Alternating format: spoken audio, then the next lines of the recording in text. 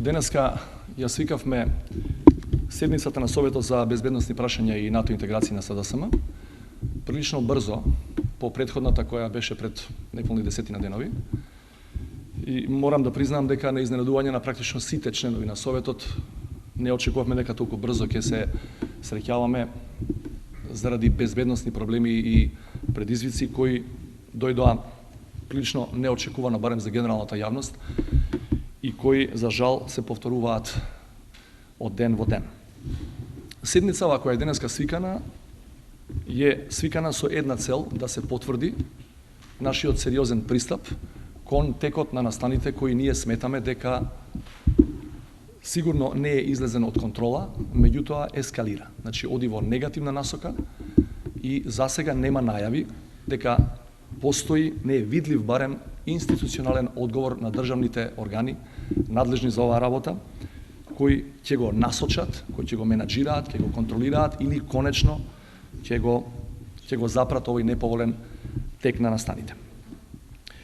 Советот за безбедностни прашања и НАТО интеграции е загрижен за развојот на настаните кои ескалираат. И во овој сегмент ние сме подготвени да признаеме дека меѓуетничките проблеми не се нови во оваа држава, дека со години и години ги имаме во еден или во друг облик. Конечно 2001 имавме проблеми во оваа сфера која доведе до внатрешен конфликт. Меѓутоа имаме еден нов момент кој во изминативе месеци ни се појавува за прв пат на јавна сцена во ваков масовен облик во независна Македонија.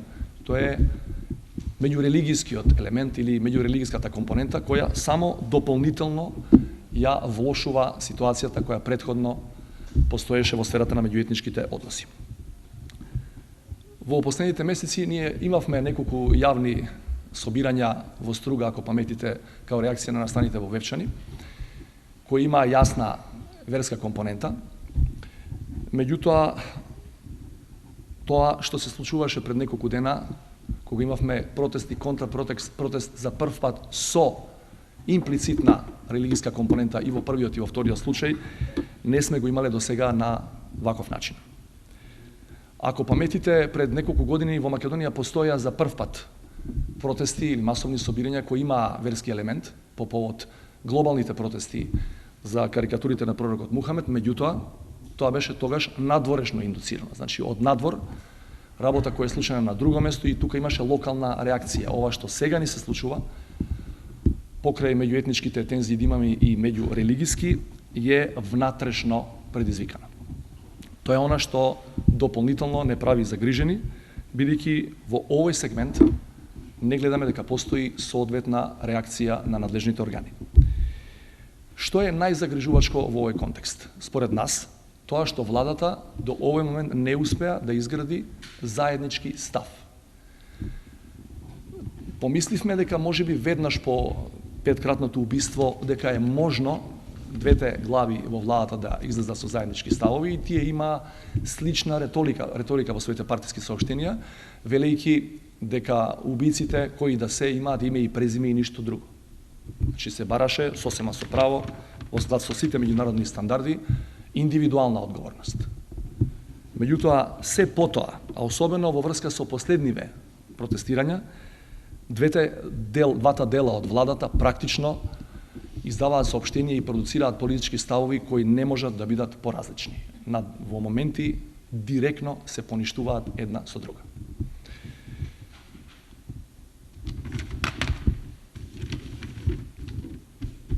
Ако не можете да направите заеднички политички став во истата влада во која седите за тоа што се случува на терен или што може утре да дојде како друг настан со сличен профил, во таа ситуација е многу тешко да очекувате заедничка политичка акција на владата као целина, на владата како институција, не на одделни партии од која сочинуваат таа влада.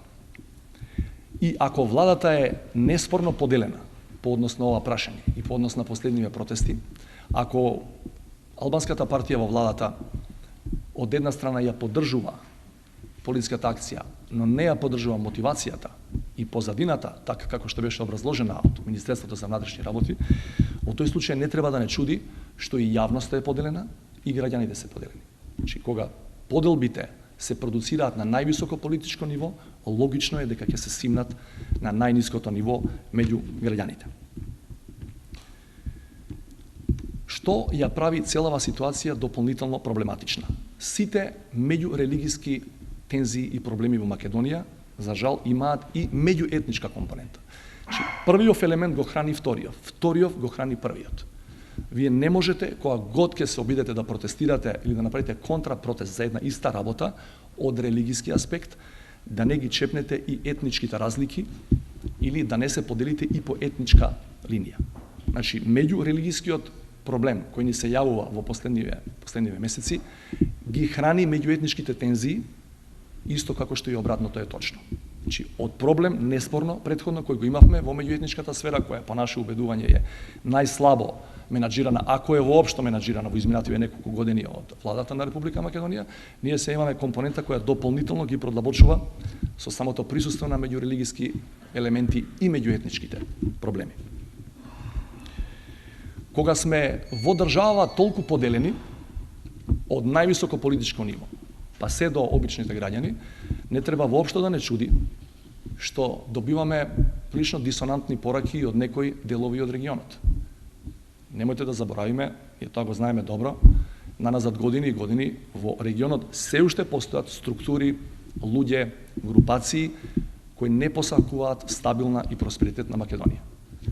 По наше уверување, сите пораки кои доаѓаат во изминативе месеци, месец-два, во врска со ова последниот кривично правен настан, петкратното убиство на младите луѓе, во близината на Скопје имаат само една цел, дополнително да не поделат и дополнително да ја кренат тензијата во државата. Значи, главниот проблем, главниот генератор на тензиите е внатре кај нас, меѓутоа тука има една прилична бројка луѓе во регионот, од различна политичка провиниенција, кои одвај тоа го чекаат. Следната недела, практично за 7-8 дена е закажан самитот на НАТО во Чикаго. Наместо да анализираме или да предвидуваме што можеме тамо да добиеме, дали воопшто нешто во меѓувреме со оваа така наречена голема дипломатска активност ќе видиме некакви ефекти на крајот, ние знаеме или со голема известност можеме да кажеме уште од сега дека практично Македонија нема воопшто да добие ништо субстанцијално на тој самит. Можно е, зашто го кажувам ова, можно е тој нов неуспех на надворешно политички план, можно е да биде генератор плюс или фактор плюс за зголемување на тензиите и на конфликтноста генерално во македонското општество. Следниот петок, според некои најави, што ги чувме низ медиумите, се најавуваат нови протести на истата основа. Нас не интересира дали македонската влада до следниот петок или некој следен петок, бидејќи тоа може да се повторува во недоглед, има намера да одговори као целина, да направи заеднички политички став, како да приде кон тие институции, затоа што е јасно дека само со полициска контрола на демонстрантите тој проблем кој реално постои не може да се реши. Ако имате илјадници наши граѓани кои протестираат за било што, вие морате да ги прашате тие луѓе за што станува збор, бидејќи само репресивниот апарат на државата кога е во функција, тоа никогаш и никаде не ја завршил целата работа. Репресивниот апарат си има свое место, меѓутоа превентивниот или политичкиот сегмент по наше убедување отсуствува, практично е отсутен и ние мислиме дека тука лежи најголемото поле за работа која денешна влада не го пополнува практично воопшто. Значи, заеднички став за постапката која е пред судот, заеднички став на двете главни партии во македонската влада и заеднички став према задутре најавените протести без разлика дали се со христијанска или со муслиманска конотација.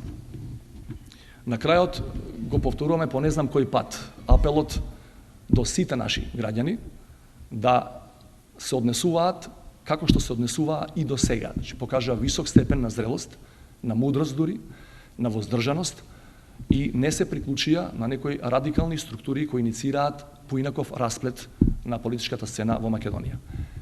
Ние мислиме дека и политичките фактори кои се бирани на избори, меѓу другото и за таа работа, треба да поработат дома со својот народ, со своите граѓани, не само со своето членство, во насока на смирување на тензиите. Џабе ќе ви биде бркање на инвестиции во Кина и во Азија, ако овдека во Македонија ни се случуваат вакви работи и праќаме многу негативни слики од Скопје, од целиот свет.